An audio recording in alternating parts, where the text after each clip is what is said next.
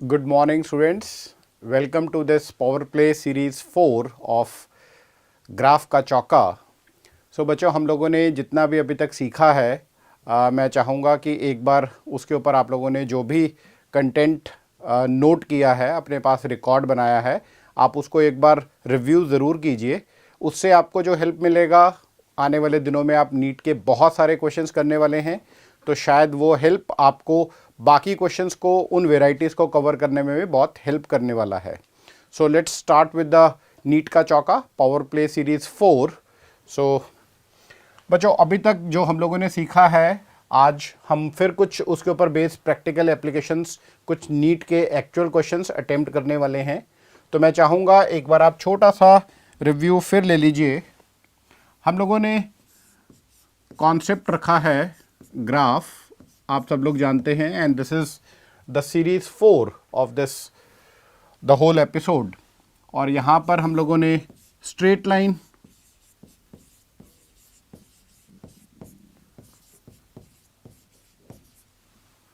y is equal to mx plus c, इस concept से सीखा है। जिन बच्चों ने आज इस पावर प्ले सीरीज़ का 4th एपिसोड ज्वाइन किया है, उनको मैं थोड़ा सा ओवरव्यू देना चाहूँगा।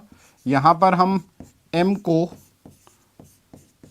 स्लोप से जानते हैं, और स्लोप का मतलब tan थीटा रहता है, और c एक y इंटरसेप्ट है। ये y इंटरसेप्ट वही रहता है, that is value of y when x is 0। तो शायद इस छोटे से कॉन्सेप्ट से हम लोग दोबारा इस गेम में वापस आ गए हैं। So this is like a warm up session.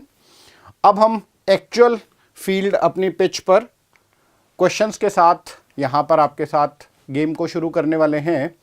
तो आप देखिए, इसके साथ का क्वेश्चन हम लोगों ने कल भी अटेम्प्ट किया था।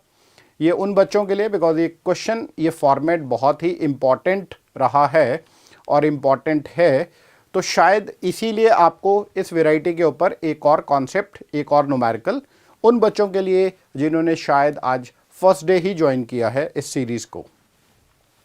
सो now the question says displacement time graphs of two moving objects, it makes angle of 30 degree and 45 degree with the x-axis as shown in the figure. The ratio of their respective velocities VA ratio VB. कल हम लोगों ने इस concept को सीखा था कि अगर हमारे पास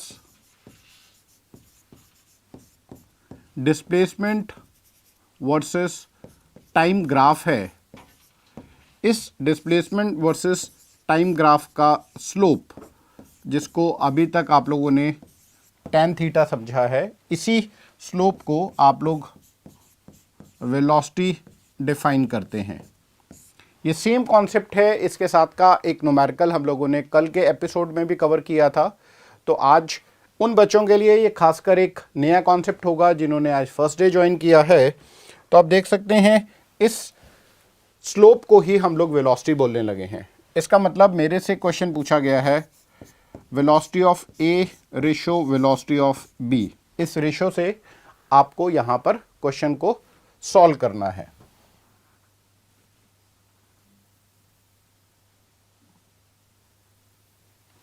हम देख सकते हैं बच्चों, यहाँ पर ए और बी।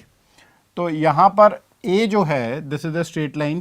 क्या आप देख पा रहे हैं, जो आपकी लाइन ए है, ये कर्व आपका इस एक्सिस के साथ क्या एंगल फ्रेम कर रहा है बच्चों? 45 डिग्री।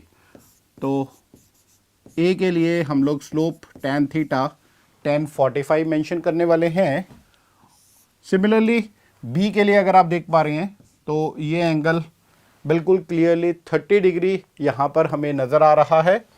तो हम बी के लिए स्लोप tan थीटा मतलब tan 30 डिग्री को यूज़ करने वाले हैं।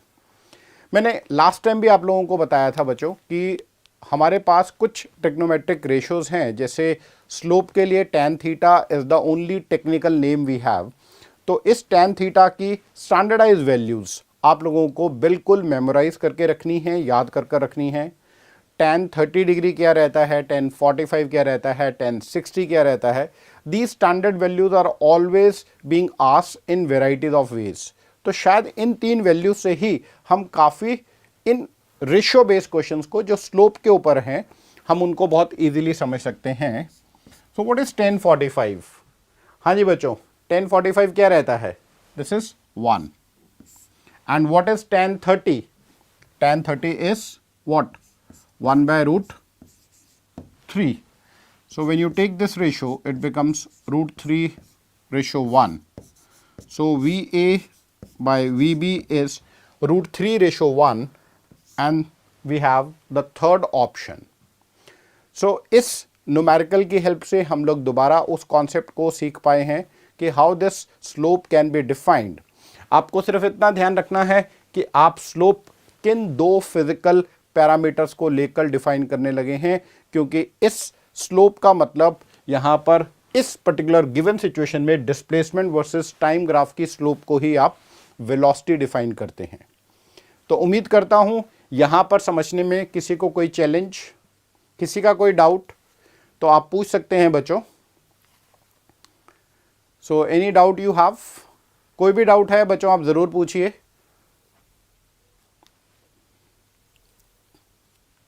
चलिए, आई थिंक अभी डाउट नहीं है तो हम लोग आगे मूव कर सकते हैं. नाउ जैसा मैंने आपको बोला कि ग्राफ किन 2 पैरामीटर्स को लेकर डिफाइन किया गया है, वो स्लोप में have a different physical meaning for different physical quantities. ये रेशियो कौन सा होगा ये डिफाइन करेगा आपका फिजिकल क्वांटिटी क्या है.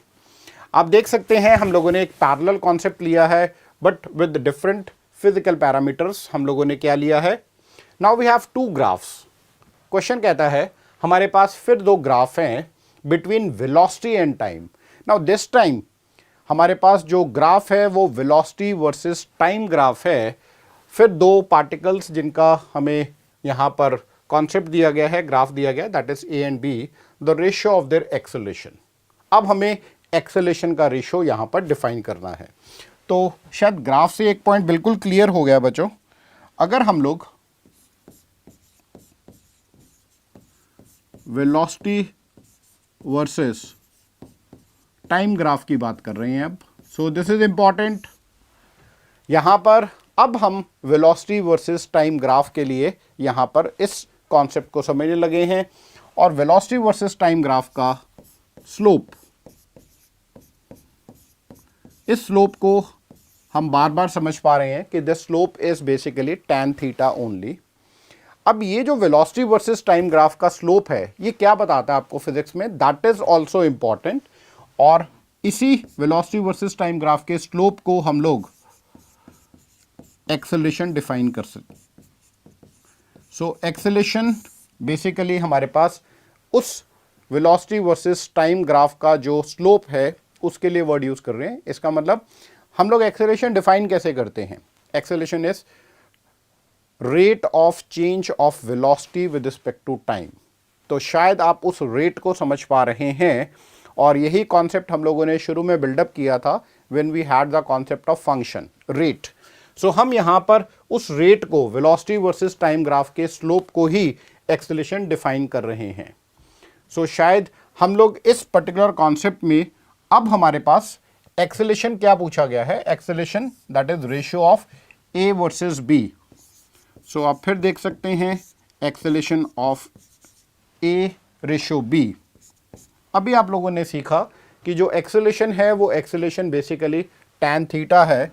तो क्या इसके लिए हम लोग tan थीटा ए और सिमिलरली इसके लिए tan थीटा बी, क्या हम ऐसे डिफाइन कर सकते हैं? नाउ यहाँ पर थोड़ा सा और आपको एक ट्विस्ट थोड़ा सा आपको समझना है कि ये जो थीटा रहता है ये थीटा रहता है basically angle what the line makes with the x axis. लेकिन यहाँ पर गिवन सिचुएशन में अगर आप देख पा रहे हैं जो हमें एंगल गिवन है 30 डिग्री एंड 45 डिग्री, ये एंगल आपको गिवन है with respect to y axis. तो यहाँ पर इंपॉर्टेंट पॉइंट आप लोगों ने क्या नोट करना है कि अगर आप लोगों ने स्लोप को इस रेट से, इस तरीके से डिफाइन किया है तो यू नीड टू अंडरस्टैंड आपको यहाँ पर एंगल जो है with respect to x axis define करना है. तो आप देख सकते हैं। नाउ लाइन ए, ये जो लाइन ए है, what it makes with the y axis, so this is 30 degree. क्या आप इस डायग्राम को प्रॉपरली देख पा रहे हैं? ये 30 डिग्री है। तो what it makes with this x axis, हमें पता है एक्स और वाई परपेंडिकुलर है, तो अगर ये एंगल 30 डिग्री है तो with respect to x axis ये एंगल क्या बनाएगा? 60 degree. So this is important. आप लोगों को जो एंगल डिफाइन करना है वो with respect to this time axis which is usually considered to be as your x coordinate, इसके विद रिस्पेक्ट आपको डिफाइन करना है। नाउ सिमिलरली अगर आप इस लाइन बी को देख पा रहे हैं, can you see this line B? अब अगर आप इस बी को देख पा रहे हैं तो बी क्या एंगल बना रहा है वाई के साथ? बी एंगल बना रहा है 45 डिग्री। तो ये इस टाइम एक्सिस जो एक्स कोऑर्डिनेट है इसके साथ भी एंगल 45 डिग्री ही बना पा रहा है। सो वंस अगर अब हमें ये एंगल क्लियर है कि कौन सा एंगल हम इस स्लोप के लिए डिफाइन कर रहे हैं, और इंपॉर्टेंट पॉइंट बच्चों, इंपॉर्टेंट पॉइंट इसलिए क्योंकि यहां पर अगर आप थोड़ा सा और इसको ध्यान दीजिए, tan थीटा का बेसिक डेफिनेशन क्या रहता है? Which is perpendicular by base. तो tan थीटा का जो बेसिक डेफिनेशन है वो परपेंडिकुलर बाय बेस है। तो हमें इस पॉइंट को भी नोट करना है कि हमारा जो यहाँ पर परपेंडिकुलर एक्सिस है, जो y कोऑर्डिनेट है, जो वेलोसिटी से रिप्रेजेंट हो रहा है, तो ये परपेंडिकुलर इस वेलोसिटी को रिप्रेजेंट कर रहा है और बेस इस टाइम एक्सिस को डिफाइन कर रहा है। सो दिस इज इंपॉर्टेंट।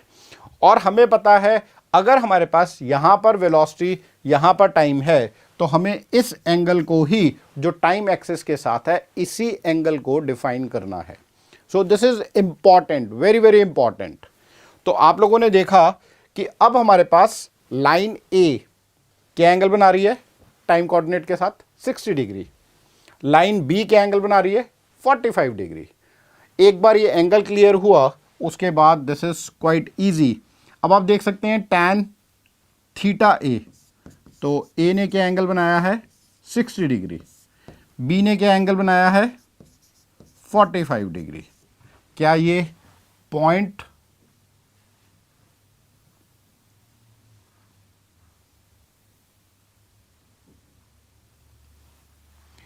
उम्मीद करता हूं ये पॉइंट आप सब लोगों को क्लियर है। यहां तक समझने में कोई चैलेंज? tan 60 का वैल्यू आप लोग बिल्कुल याद रख लीजिए, क्योंकि हमारे पास जितने भी स्लोप में मेजर कॉन्सेप्ट्स हैं उसमें 3 ही प्राइम एंगल्स यूज होने वाले हैं। प्राइमरीली ये एंगल्स कौन से हैं? 30 degree, 45 degree and 60 degree.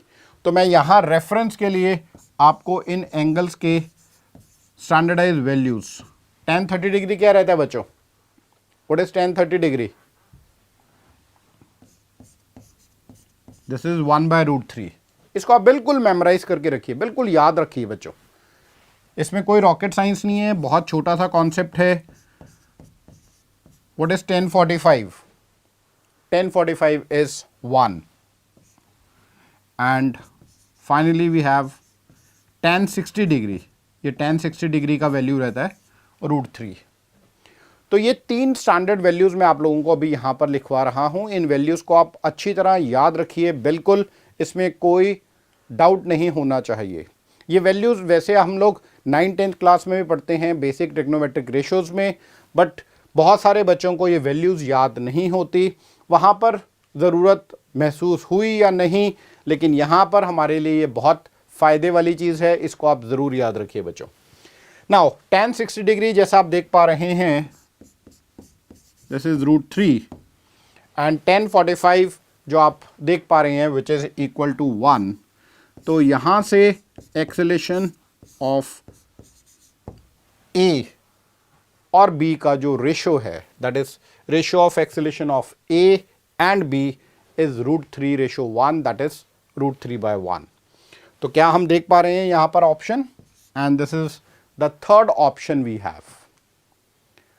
So I think यहाँ तक आप लोगों को समझने में कोई चैलेंज, कोई प्रॉब्लम, कोई डाउट है तो आप ज़रूर पूछिए। ताकि हम लोग उस डाउट को यहीं पर क्लोज कर दें, क्योंकि ये this is one of the basic and one of the important formats we have. तो मैं चाहूँगा कि इन 2-3 न्यूमेरिकल्स की हेल्प से जो आप लोगों ने सीखा है उसको आप रिटेन करें, और इस कॉन्सेप्ट को कभी भी अगर आपको इस वैरायटी का इस टाइप का क्वेश्चन मिलता है तो एटलीस्ट आप उसको अटेम्प्ट करने की पोजीशन में हों। तो क्या आप लोग यहाँ से कोई डाउट पूछना चाहेंगे बच्चों? Any doubt? So I hope everyone is clear and confident. So I am really happy कि आप लोग इन चीज़ों को समझ पा रहे हैं। अब बच्चों यहाँ पर जो आप लोगों ने सीखा है, अगर एक आउट ऑफ द कंटेक्स्ट एक न्यूमेरिकल आपको एक प्रैक्टिकल एप्लीकेशन को चेक करते हैं कि क्या हम लोग समझ पाए इन चीज़ों को, तो यहाँ से मैं आप लोगों के लिए एक छोटा सा न्यूमेरिकल फ्रेम करना चाहूँगा। So that is again important.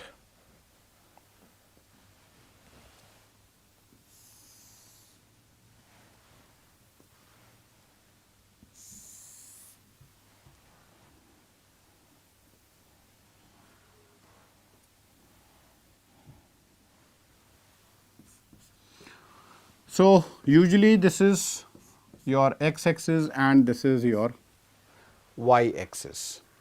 अब यहाँ पर x और y हम लोग यहाँ पर कुछ वेरिएबल प्लॉट करना चाहते हैं, तो लेट्स प्लॉट दिस ग्राफ। इस y-एक्सिस पर हम लोग प्रेशर और x-एक्सिस पर टेम्परेचर T। सो आप देख सकते हैं मैं प्रेशर वर्सेस टेम्परेचर कर्व को यहाँ पर आपके सामने लेकर आने लगा हूँ, और लेट्स अंडरस्टैंड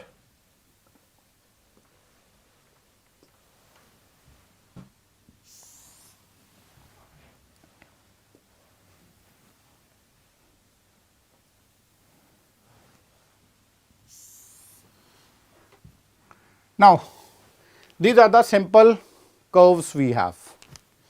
यहाँ पर हम लोगों ने एक जनरलाइज सिचुएशन को यहाँ पर आपके सामने रखा है, और देखते हैं यहाँ पर हम किस टाइप से क्वेश्चन पूछना चाह रहे हैं।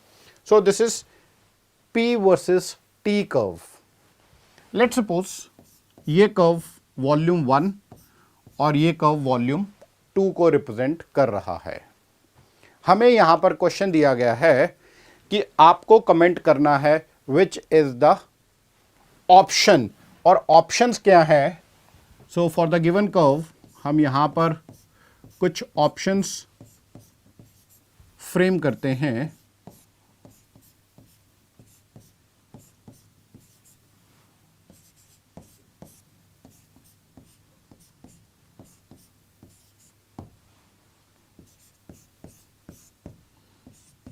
एंड लेट्स पुट कि हम लोग इस सिचुएशन में, गिवन सिचुएशन में V1 और V2 के ऊपर कुछ भी प्रिडिक्ट नहीं कर पा रहे हैं, कुछ भी प्रिडिक्ट नहीं कर सकते। So let's suppose this is one of the given questions, और देखते हैं कि अभी तक आप लोगों ने जो सीखा है क्या वो आपका जो लेक्चर है, जो आपका पावर प्ले सीरीज का एपिसोड था, क्या इस क्वेश्चन को हेल्प कर रहा है आपको आंसर करने के लिए। तो सबसे पहले हमें यहाँ पर पहचानना होगा हमारे आइडियल गैस इक्वेशन को, PV is equal to nRT। उम्मीद करता हूँ PV is equal to nRT, this is your ideal gas equation. ये सब हम सब लोगों को पता है।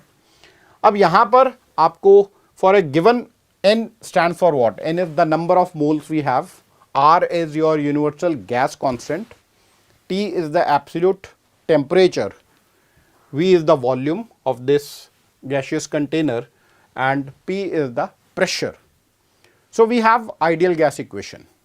अब कमेंट करना है आपको वॉल्यूम के लिए।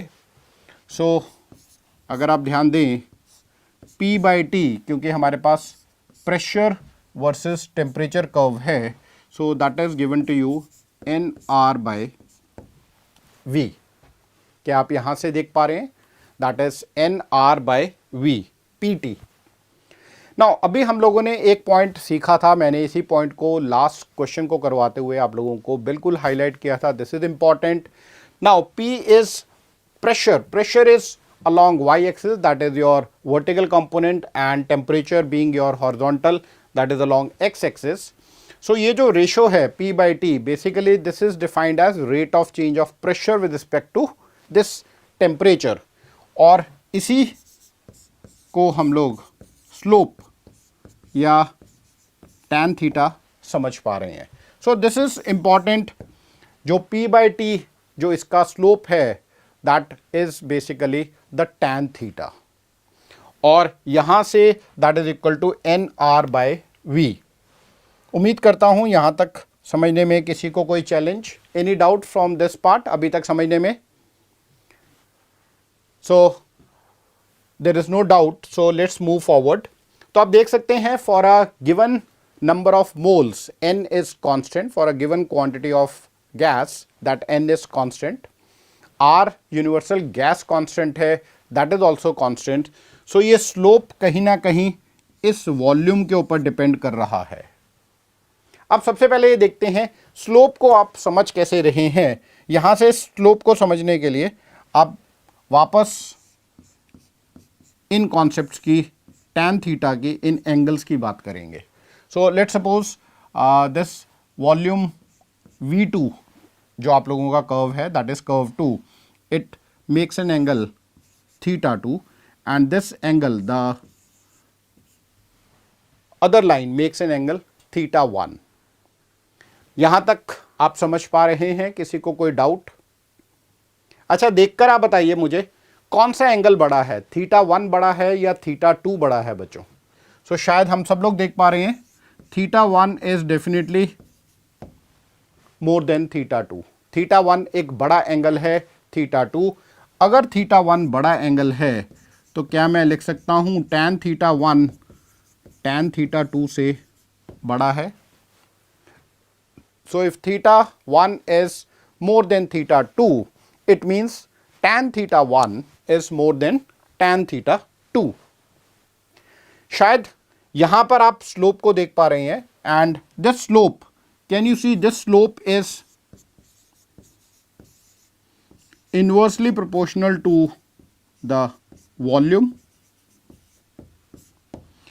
अगर मेरे पास tan थीटा 1 ग्राफ 1 का स्लोप बड़ा है, अगर ग्राफ 1 का स्लोप बड़ा है ग्राफ 2 के स्लोप से, और आप यहां पर देख पा रहे हैं as per the given relation आपका जो स्लोप है tan थीटा है, that is inversely proportional to volume. How you interpret this? कैसा समझ पाएंगे आप इसको? कैसा समझ पाएंगे बच्चों?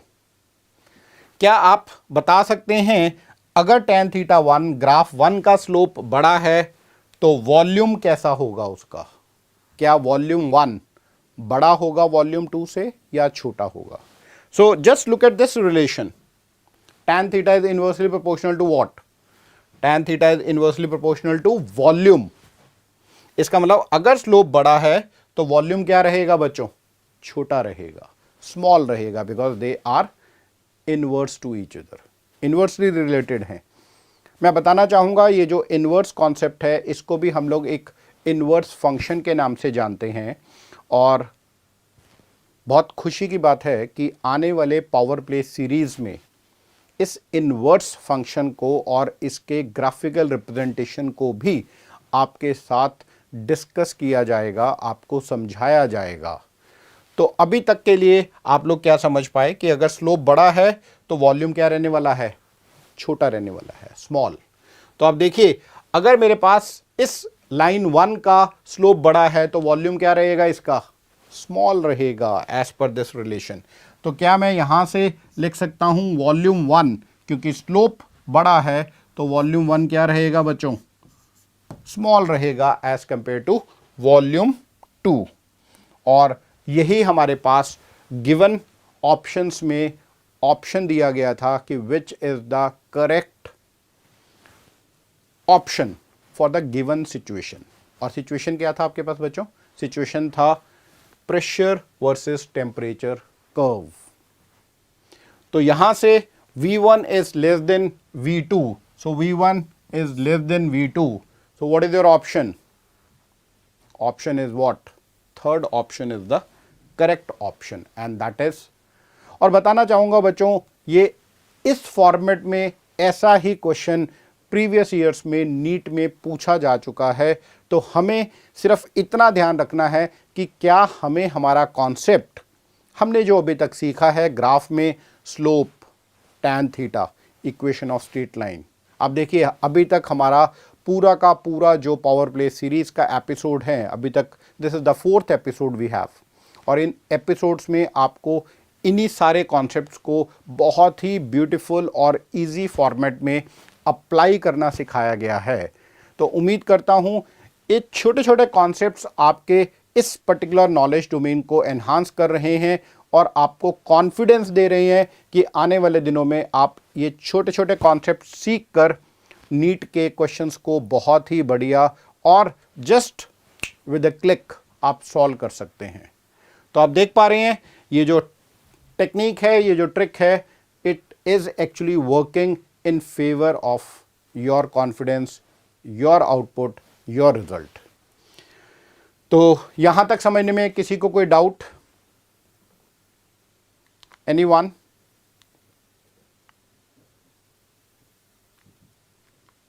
हाँ जी बच्चों, यहां पर अभी हमारे पास क्वेश्चन है, आप ध्यान से देखिए। मैं प्रेशर वर्सेस टेम्परेचर, तो हमने प्रेशर कहां प्लॉट किया है? वाई एक्सिस वर्टिकल, और टेम्परेचर कहां प्लॉट किया है? Horizontal, that is X axis के लॉन्ग। क्या इसको उल्टा भी प्लॉट किया जा सकता है कि यहां टेम्परेचर हो यहां प्रेशर हो? बिल्कुल किया जा सकता है। तो ये जो रेशो रहेगा ये क्या रह जाएगा बच्चों? T/P। तो T/P का रेशो जो है इस पूरे प्रोसेस को इनवर्स में यूज कर सकते हो आप, एंड दैट वुड डिफाइन कि T/P का slope directly proportional to V नजर आएगा, और शायद यहां से भी आप इस क्वेश्चन को फ्रेम कर कर समझ सकते हैं। तो that inverse variety of question is also possible. तो यहां पर उम्मीद करता हूं इस हिंट के साथ, और अभी थोड़ा सा आगे चलते हैं और ऐसे ही किसी एक फॉर्मेट को आपके सामने लेकर आएंगे जहां पर आपके पास y और x कोऑर्डिनेट पर वेरिएबल्स को चेंज कर कर देखेंगे कि अब क्या आंसर बन सकता है। तो शैल वी मूव? चलिए, so now we are coming to another question, और मैं बताना चाहूँगा बच्चों ये जो क्वेश्चन है ये भी एक्चुअल नीट का एक फॉर्मेट है जो आप PYQs में बहुत इजीली ढूंढ सकते हैं। जो भी बच्चे नीट की तैयारी कर रहे हैं वो इस वर्ड को समझ सकते हैं। What is this PYQ stands for?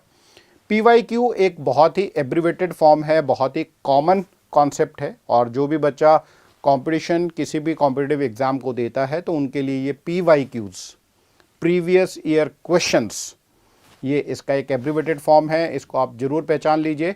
ये बहुत सारे आपको लेक्चर्स में, बहुत सारे जनरल कंटेक्स्ट में, डिस्कशंस में टीचर्स और बच्चों को आपस में डिस्कस करते हुए इस वर्ड को आप ज़रूर समझ पाएंगे, PYQ। So that stands for previous year questions. तो अब हमारे पास एक और क्वेश्चन है बच्चों। This is also one of the, I must say, important format, और ये एक PYQs कैटेगरी में आता है। This is important.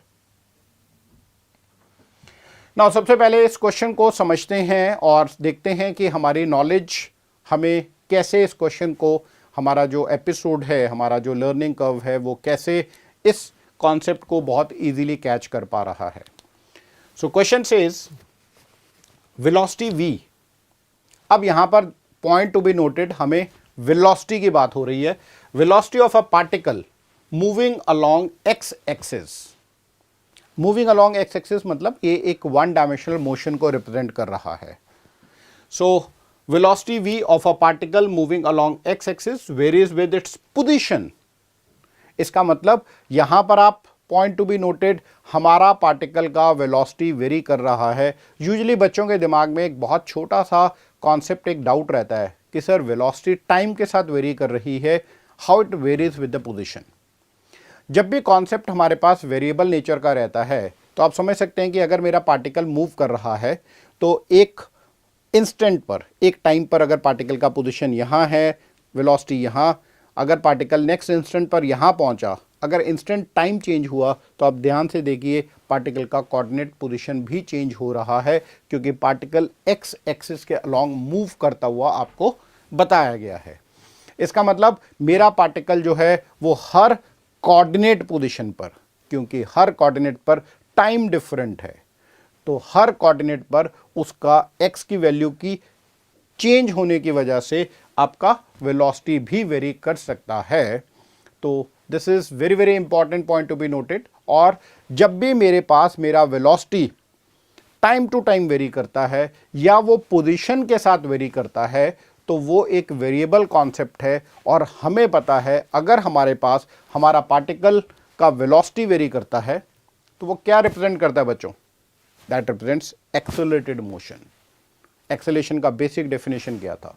Rate of change of velocity. हालांकि यूजुअली डेफिनेशंस में आपको ये वर्ड मिलता है विद रिस्पेक्ट टू टाइम, लेकिन अगर आप टाइम के साथ अपने पोजीशन को चेंज होते हुए देख रहे हैं तो इसका मतलब आपका पार्टिकल का वेलोसिटी पोजीशन के साथ भी वेरी कर सकता है। सो this is a interesting concept जो आप लोगों को यहां पर समझना है। सो यही वेलोसिटी हमारा वेरी कर रहा है एक्स एक्सिस के साथ, और हमें क्वेश्चन में पूछा गया है A, it means the acceleration A, acceleration. अभी हमने डिस्कस किया कि अगर मेरे पार्टिकल का वेलोसिटी वेरी कर रहा है विद रिस्पेक्ट टू टाइम और may be with respect to its position coordinate axis के अलोंग, तो शायद हम इस मोशन को एक एक्सेलरेटेड मोशन समझ पा रहे हैं। अगर ये एक्सेलरेटेड मोशन है तो इस ग्राफ की हेल्प से हमें एक्सेलरेशन का सही equation as a function of x pick करना है। सो ये पूरा कॉन्सेप्ट आपको समझ में आया। Now let's approach it. अब अप्रोच करने के लिए क्या, अगर मैं सबसे पहले आपसे पूछूं ये वेलोसिटी वर्सेस पोजीशन ग्राफ, क्या आपको स्ट्रेट लाइन नजर आ रहा है? यस। क्या इस ग्राफ में आप लोग दो वेरिएबल्स देख पा रहे हैं, वेलोसिटी एंड एक्स? क्या आपकी प्रीवियस एपिसोड की जो नॉलेज है, प्रीवियस हमारे जो पावर प्ले सीरीज के एपिसोड रहे हैं, क्या उसके अकॉर्डिंगली आप इस स्ट्रेट लाइन इक्वेशन को, इस स्ट्रेट लाइन को एक इक्वेशन में फ्रेम कर सकते हैं? So my first question is कि अगर आप इस लाइन को एक स्ट्रेट लाइन देख पा रहे हैं तो क्या इस ग्राफ को उस इक्वेशन की फॉर्मेट में लिख सकते हैं? This is my question to you. अभी तक हम लोगों ने लाइन की इक्वेशन अगर गिवन थी तो वहां से उस ग्राफ को प्लॉट करना सीखा था कि graph for a given line equation कैसा होगा। अब now it is the other way, that is also one of the important concept. क्या इस ग्राफ को आप एक लीनियर इक्वेशन के फॉर्मेट में लिख सकते हैं? यस, लिख सकते हैं। यस। सो सबसे पहले एक बहुत इजी फॉर्मेट है, this is one of the important tricks. आज के लेक्चर का जो एपिसोड का जो सबसे इंपॉर्टेंट जो एरिया है, देखिए जितने भी पावर प्ले सीरीज आ रहे हैं उस सीरीज में, हर सीरीज में, हर लेक्चर में, हर एपिसोड में आपको कुछ ना कुछ बहुत अलग सा सटीक, बिल्कुल इंपॉर्टेंट, जो आपके लिए एक लॉन्ग टर्म वैल्यू क्रिएशन करने वाला है, वो पॉइंट आपको समझाया जाता है। तो यहां पर आप लोग सीखने वाले हैं आज एक ग्राफ, जो स्ट्रेट लाइन का ग्राफ है, उसको इक्वेशन में कैसे लिख सकते हैं, दैट इज इंपॉर्टेंट। तो उसके लिए मैं सबसे पहले आप लोगों को y is equal to mx plus C, यही सीखा है अभी तक आप लोगों ने बच्चों, कि अगर मेरे पास एक स्ट्रेट लाइन की इक्वेशन पूछी जाती है तो जो मुझे बिल्कुल क्लियर है, कॉन्फिडेंट हूं मैं कि स्ट्रेट लाइन की equation y is equal to mx plus C के फॉर्मेट में ही लिखा जा सकता है। तो क्या यहां पर इन वेरिएबल्स की बात करें? चलिए समझते हैं। अब देखिए, this is generally your y coordinate and this is generally your x coordinate. तो सबसे पहले y कोऑर्डिनेट पर आपका वेरिएबल क्या है? y कोऑर्डिनेट पर आपका वेरिएबल है v। उम्मीद करता हूं ये पॉइंट सबको क्लियर है कि y कोऑर्डिनेट पर आपको कौन सा वेरिएबल नजर आ रहा है बच्चों? आपको नजर आ रहा है v, वेलोसिटी। x कोऑर्डिनेट पर कौन सा वेरिएबल है? x ही है। What is this m stands for? क्या हम सब लोग m को स्लोप और ज्योमेट्रिकली tan थीटा समझ रहे हैं? यस, यही सीखा है अभी तक आप लोगों ने। Now what is this theta? क्या आप इस थीटा को ढूंढ सकते हैं? चलिए, हमारे पास एक ये थीटा है, क्या मैं इस थीटा को ले सकता हूं बच्चों? हाँ जी बच्चों, क्या मैं इस थीटा की बात कर सकता हूं? अ जनरल, एक बहुत छोटा क्वेश्चन। नो, इस थीटा को हम लोग नहीं ले सकते। This is not the theta we have understood. तो थीटा कौन सा है बच्चों? सो हमारे पास यही सीखा है हम लोगों ने। This is the theta, what the line makes with this positive direction of the x axis. क्या आप इस थीटा को एक्यूट या ऑब्ट्यूज देख पा रहे हैं? क्लियर है, ऑब्ट्यूज है ये। So this theta is obtuse. तो अगर मेरे पास थीटा ऑब्ट्यूज है तो tan थीटा की वैल्यू क्या रहने वाली है बच्चों? नेगेटिव। सो मुझे साइन कन्वेंशन में एक कॉन्सेप्ट मिल गया कि अगर मेरे पास थीटा ऑब्ट्यूज है, जो मुझे इस गिवन सिचुएशन में, गिवन ग्राफ में बिल्कुल क्लियरली नजर आ रहा है, तो शायद मेरे लिए tan थीटा का वैल्यू नेगेटिव रहने वाला है।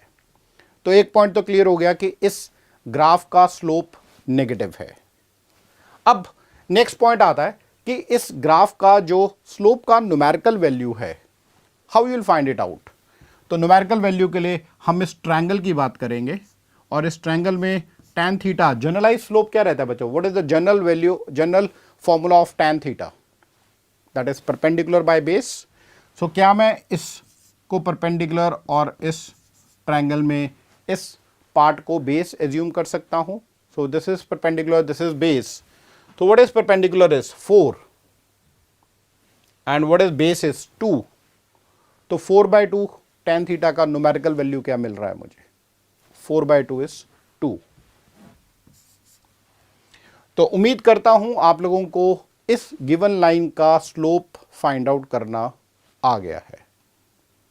सो देखिए, आप लोग जितना पॉइंट आपने सीखा है, आप एक एक पॉइंट अप्लाई कर पा रहे हैं अपने इस एपिसोड में।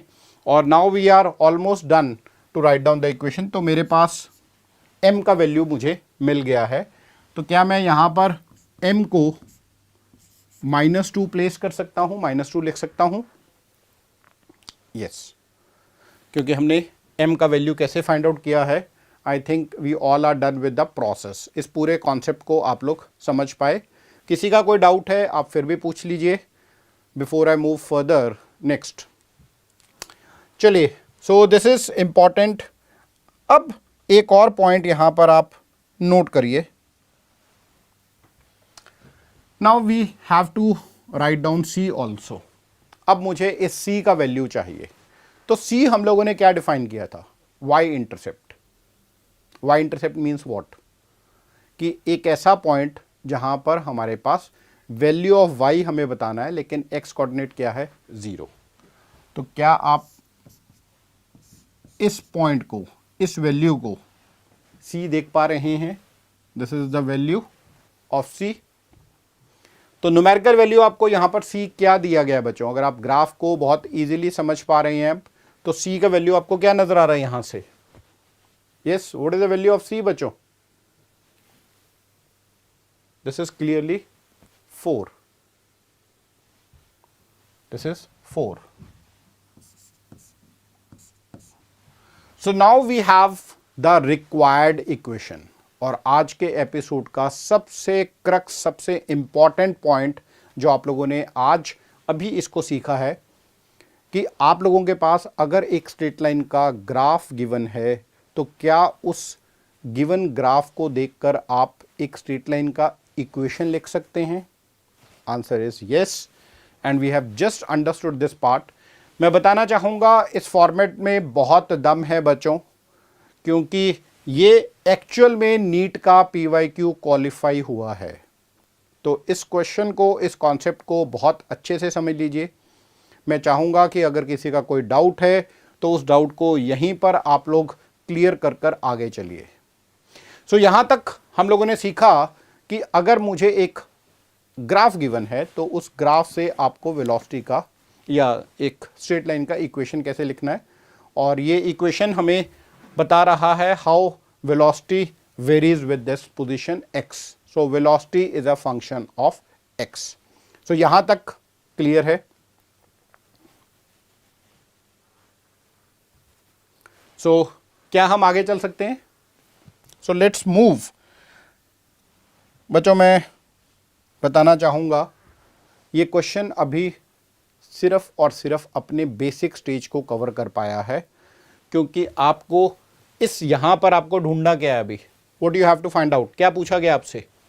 एक्सेलरेशन। अब क्वेश्चन आता है कि क्या हम वेलोसिटी से एक्सेलरेशन डिफाइन कर सकते हैं? एक्सेलरेशन आपने डिफाइन, जो एक्सेलरेशन का स्टैंडर्ड डेफिनेशन है बच्चों, that is rate of change of velocity with respect to time ही है। तो यहाँ पर मेरे लिए वेलोसिटी का इक्वेशन जो आया है दैट इज -2x + 4, और जैसा मैंने अभी आपको बताया कि एक्सेलरेशन का जो बेसिक डेफिनेशन है that is rate of change of velocity with respect to time. इसका मतलब अगर मैं इस इक्वेशन, इस पर्टिकुलर सिचुएशन में इस इक्वेशन को डिफरेंशिएट करता हूं विद रिस्पेक्ट टू टाइम। अब काफ़ी बच्चों के लिए डिफरेंशिएशन एक जो है वो थोड़ा सा प्रॉब्लमेटिक एरिया है, हम नीट मेडिकल के स्टूडेंट्स के लिए। तो आने वाले दिनों में आप उम्मीद कर सकते हैं कि आकाश इस प्रॉब्लम का भी सॉल्यूशन जल्दी आपको प्रोवाइड कर सकता है। उसके लिए आपको इस चैनल को यहाँ पर एक्टिव रहना है, लाइव क्लासेस को अटेंड करना है, और जो भी नोटिफिकेशंस, जो भी यहाँ से इम्पॉर्टेंट अनाउंसमेंट्स आती हैं for the next episodes, for the next power play series, और कुछ भी जो भी टॉपिक्स बच्चों के रिक्वेस्ट या डिमांड पर होंगे, आकाश कोशिश करेगा आने वाले दिनों में आपको वो सॉल्यूशंस भी प्रोवाइड किए जाएं। तो उसके लिए आपको थोड़ा सा पेशेंटली वेट करना पड़ेगा। उम्मीद कर सकते हैं कि आने वाले दिनों में ये डिफरेंशिएशन का भी एक सीरीज़ आपके लिए लॉन्च हो सकता है। तो keep your fingers crossed and be optimistic. We are there to help you, support you. जब तक आप नीट का गोल एज्यूम या अचीव नहीं कर लेते, तब तक आकाश आपके लिए, आपके साथ हमेशा खड़ा है, खड़ा रहेगा। तो आप आगे देखिए, हम यहाँ पर बात कर रहे थे कि क्या हम वेलोसिटी से एक्सेलरेशन डिफाइन कर सकते हैं? यस। तो हम इसको डिफरेंशिएट करते हैं dv/dt। So this is d/dt of what? -2x + 4। यही सीखा है अभी आप लोगों ने कि rate of change of velocity with respect to time is your acceleration. So आप देख सकते हैं यहाँ पर हम rate of change of velocity with respect to time को एक्सेलरेशन डिफाइन कर रहे हैं। सो इसको अगर हम लोग सम रूल के ऊपर जाते हैं तो -2 is a constant, so it's basically d/dt of x plus d/dt of 4। 4 एक कांस्टेंट है, इसका डेरिवेटिव 0 रहेगा, सो this is -2। And what is dx/dt? dx/dt v बन जाता है, so your acceleration becomes -2v। सो अभी मेरे पास जो एक्सेलरेशन आया है दैट इज -2v। सो मेरे पास एक्सेलरेशन -2v आया है। लेकिन बच्चों यहाँ पर इंपॉर्टेंट पॉइंट आपको क्या नोट करना है? आपको जब भी क्वेश्चन के सॉल्यूशन को आंसर करना है तो आपको ऑप्शंस के ऊपर ज़रूर ध्यान देना है बच्चों, क्योंकि जब भी आपके पास ऑप्शंस के अकॉर्डिंगली ही आपने अपने क्वेश्चन को नेक्स्ट स्टेप डिफाइन करना है। तो आप देख सकते हैं मुझे एक्सेलेरेशन x की टर्म में दिया गया है, इसका मतलब acceleration is a function of x पूछा गया है। So how you'll reach acceleration as a function of x? So आप देख सकते हैं acceleration is equal to -2v। हम लोगों ने यहां पर एक ग्राफ अगर प्लॉट करना हो, देखिए फिर दोबारा, क्या हम इस सिचुएशन को भी एक ग्राफ प्लॉट कर सकते हैं? So acceleration is equal to, तो क्या मैं इसको y is equal to mx plus C के फॉर्मेट में अगर समझना चाहूं, so this is also important. और यहां पर इसको एक पैरेलल एनालॉजी समझने के लिए मैं यहां पर 0 को यूज करने वाला हूं। अब आप देख सकते हैं, क्या आप इस इक्वेशन और इस इक्वेशन को कंपेयर कर सकते हैं? तो यहां पर देखते हैं हमारे पास a और v का ग्राफ हमें कैसा मिल सकता है।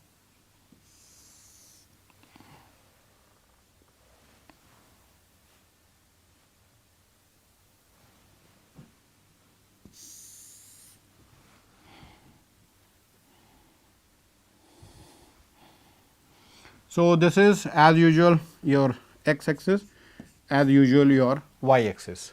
अब जरा कंपेयर करिए, आप देखिए इधर y-axis पर आपको क्या प्लॉट करना है? Acceleration.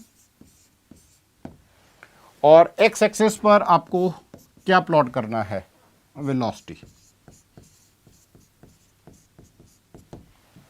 So now we have acceleration versus velocity graph also, which is again, मैं थोड़ा सा हट के अपने मेन क्वेश्चन से थोड़ा सा हट गया हूं, बट शायद इंपॉर्टेंट था, इसीलिए मेरा यहाँ पर कॉन्शियस मुझे बार बार डिमांड कर रहा था कि why not to teach them another graph, जो यहाँ पर मुझे बहुत ब्यूटीफुल सिचुएशन नज़र आ रहा था, तो मुझे लगा कि ये कॉन्सेप्ट भी आपको यहाँ पर सिखा देना चाहिए।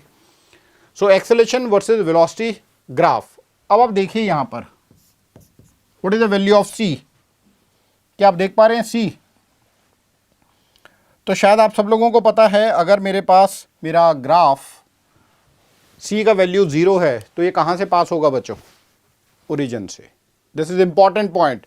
तो आपका ग्राफ ओरिजिन से पास होने वाला है, रेफरेंस से पास होने वाला है। नेक्स्ट, क्या आप इस ग्राफ में स्लोप की वैल्यू को m को कंपेयर करने पर -2 देख पा रहे हैं? Important point, -2।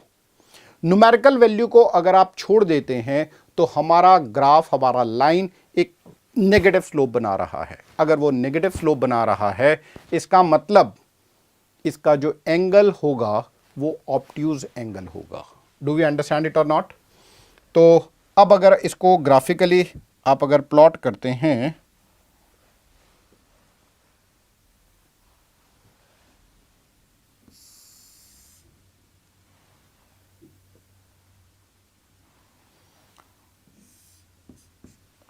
क्या देख सकते हैं? ये slope tan theta obtuse angle बना रहा है। इस लाइन का अगर आप स्लोप जानना चाहते हैं तो स्लोप नेगेटिव रहेगा। ये पॉइंट सबको क्लियर है। और हमारे पास स्लोप का न्यूमेरिकल वैल्यू भी असाइन किया गया है -2। ठीक है, वो भी हम यहाँ से एक्सट्रैक्ट नहीं कर रहे हैं फ्रॉम द गिवन सिचुएशन। एक generalize acceleration versus velocity time graph बना रहे हैं। So can you see this, how this graph is plotted for velocity or acceleration versus velocity curve? तो आपने देखा है गिवन सिचुएशन में आपको एक्सेलेरेशन और वेलोसिटी का कर्व भी प्लॉट करना समझ में आ गया है from the given situation. Now let's come back to the original situation. चलिए, सो यहां पर हम वापस आते हैं बच्चों। हम लोगों ने acceleration is equal to -2v बहुत ही इजी फॉर्मेट में समझ लिया है, लेकिन मुझे अभी एक्सेलेरेशन को x के फंक्शन में डिफाइन करना है। और अगर आप ध्यान दे रहे हैं, क्या मुझे गिवन सिचुएशन में ये इक्वेशन नज़र आ रहा है बच्चों? v is equal to -2x + 4। तो यहाँ पर पुट करते हैं acceleration is equal to -2v।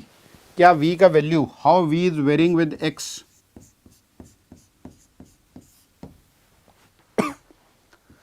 सो आपने इस v का expression from the given situation, जो आपका ग्राफ था जहां से आपने इस इक्वेशन को फ्रेम किया था, आपने इस इक्वेशन को यहां पर सब्स्टिट्यूट पुट कर देना है। और अब आप इस ब्रैकेट को जरा ओपन कीजिए, so that becomes 4x and this becomes -8। So acceleration is equal to 4x - 8 is the required solution जो आपको यहां पर पूछा गया था। सो 4x - 8 is the required solution, that is the given option। तो आप देख सकते हैं हमारे पास इस पूरे सिचुएशन में आप लोगों ने एक ही कॉन्सेप्ट से आपको तीन चीज़ें ज़्यादा समझ में आई। एक, आप लोगों ने गिवन ग्राफ से इक्वेशन लिखना सीखा, that was the first important point. Second important point, आप लोगों ने देखा कि मेरे पास अगर दो वेरिएबल गिवन है, जैसे हम लोगों ने इस गिवन सिचुएशन में एक्सेलेरेशन और वेलोसिटी को पहले यहाँ पर समझ लिया, और क्या आप इस ग्राफ को प्लॉट कर पाए? हमने ये भी ग्राफ प्लॉट किया। और फाइनली जो हमारा क्वेश्चन था, acceleration is equal to 4x - 8, ये भी मुझे नज़र आ रहा है जो मेरा रिक्वायर्ड सॉल्यूशन है। यहाँ तक समझने में किसी को कोई doubt? Any doubt you have? कुछ भी पूछना चाहते हैं बच्चों, पूछिए प्लीज। नाउ अब देखिए, यहां से एक और आपको कॉन्सेप्ट बड़ा अच्छा नजर आ रहा है। Acceleration is a function of x position from the given solution. क्या आप एक्सेलेरेशन और एक्स, अगर आपको यहां पर क्वेश्चन पूछा जाता है, क्या आप स्ट्रेट लाइन विजुलाइज कर पा रहे हैं?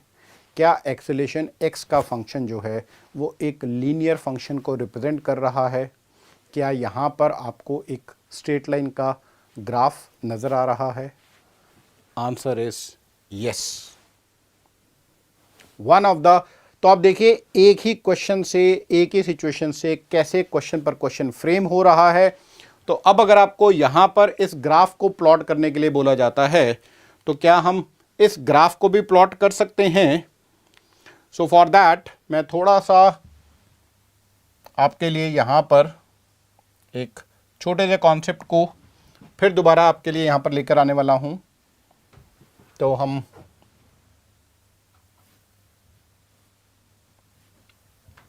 इस ग्राफ को भी समझ लेते हैं, how this graph will look like.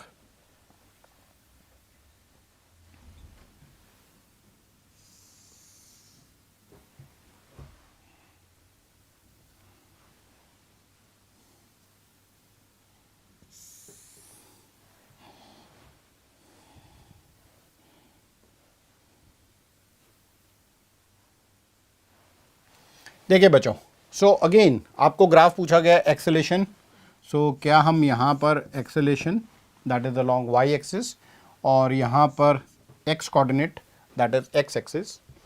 सो जब भी आपको ग्राफ प्लॉट करना है तो आपको गिवन फंक्शन को अपनी स्टैंडर्डाइज इक्वेशन में ज़रूर वहाँ पर प्लेस कर देना है ताकि आप उसको कंपेयर कर सकें। So let's write down the general standard equation of the straight line.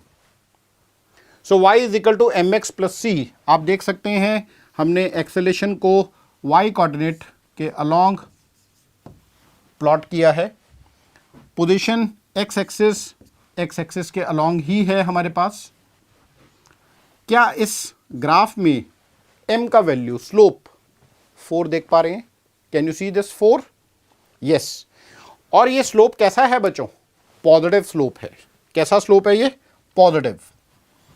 एक और इंपॉर्टेंट पॉइंट, क्या आपको y इंटरसेप्ट c का वैल्यू भी नजर आ रहा है एज -8? यस।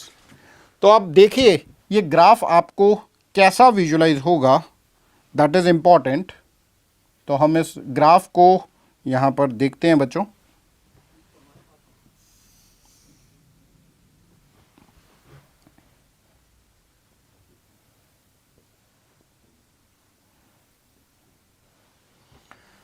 सो ये वो लाइन है that is representing acceleration as 4x - 8। देख सकते हैं थीटा का वैल्यू यहाँ पर एक्यूट है, तो इस लाइन का स्लोप tan थीटा न्यूमेरिकली 4 के इक्वल है और C इंटरसेप्ट आप यहाँ पर देख पा रहे हैं, this is numerically equal to -8. So now we have curve acceleration versus position graph also. So this is again one of the important concepts कि अगर आपको एक सिचुएशन में लाइन गिवन थी, आपने उस लाइन से ग्राफ बनाना सीखा, फिर आपने एक सिचुएशन में ग्राफ से लाइन का इक्वेशन बनाना सीखा और वहाँ से इस वेरिएबल के अकॉर्डिंगली आप लोगों ने जो गिवन सिचुएशन था वहाँ से आप लोगों ने 2 ग्राफ और बनाए बच्चों. सो दैट इज इंपॉर्टेंट लर्निंग कि आपने देखा एक ही कॉन्सेप्ट से कैसे दूसरा कॉन्सेप्ट निकल रहा है और हर जगह पर स्ट्रेट लाइन को ही हम लोगों ने यूज किया है. सो this is the power of understanding the concept very minutely and basically. तो यहां तक समझने में कोई डाउट? किसी बच्चे ने यहां पर पूछा है सर tan थीटा का वैल्यू 4 कैसे हो सकता है. मैं आपको यहां पर बताना चाहूंगा बच्चों, हमारे पास sin थीटा और कोसाइन थीटा का जो न्यूमेरिकल वैल्यू है वो -1 से +1 के बीच में है, लेकिन tan theta being open function, आप यहाँ पर थीटा की वैल्यू को जितना भी बढ़ाते रहेंगे tan थीटा की वैल्यू राइट फ्रॉम 0, 1, 2, 3, 4 से लेकर 5, 6, 7, 10 ये इन्फिनिटी तक जा सकती है because this is a open function. तो ध्यान रखिए tan थीटा का न्यूमेरिकल वैल्यू 4, 5, 6, 7, 8 न्यूमेरिकल वैल्यूज ले सकता है. तो उम्मीद करता हूं यहां पर कोई भी चैलेंज किसी भी बच्चे को नहीं है. Surely well. यस बच्चों, मैं आपके डाउट लेना चाहूंगा. अगर आप कुछ भी पूछना चाहते हैं तो you can confirm your doubts.